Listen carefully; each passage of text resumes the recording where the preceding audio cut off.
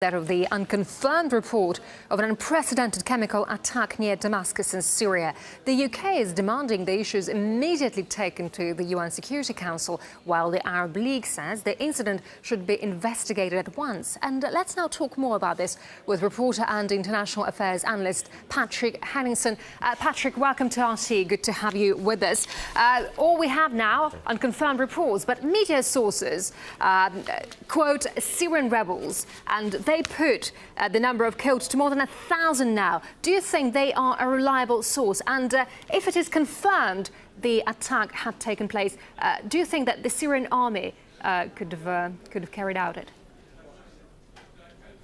Yeah, this is a very strange situation we find ourselves in here, where the Washington and London are putting the burden of proof on the Assad government in Damascus, when in fact the burden of proof should be on the accusers of this particular event. There's no evidence to suggest exactly what happened. We only have reports from, like you said, opposition activists in Damascus, so we don't know what happened and we don't know how it happened. And until you discern those two things, it's going to be very difficult to jump to conclusions. Anything to this point is speculation. Indeed, but would the Assad government resort to such an attack knowing the UN investigators are in the country right now? Well, it's funny. The Reuters report came out saying, obviously, that they cannot confirm independently these events. And Jane's International also reported to Reuters that it doesn't make any sense for the Syrian government to deploy a chemical weapon only miles away from the very hotel that the UN weapons inspectors have booked into only a few days ago. So they see this as a distraction. And of course, if we look at the history of this particular region, the Ghouta region, where the attack is said to take place, is very active with the al-Nusra front, and they've also been implicated in using makeshift chlorine bombs in Aleppo back in March. So there's a track record there.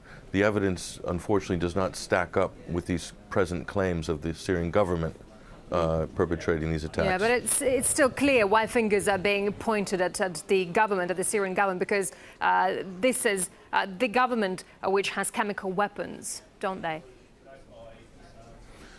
Yes, well, again, this is all, to this point, innuendo. This is why the UN team is in Damascus, to investigate these claims. Unfortunately, Washington and London and Paris drew a red line last year in 2012 that said if any side deploys chemical weapons, then that will be the pretext for a military intervention, either by NATO or some sort of coalition force backed by a UN resolution. And of course, who benefits from a chemical attack in Syria? Well, the opposition benefits. It's quite obvious. The Syrian government does not benefit.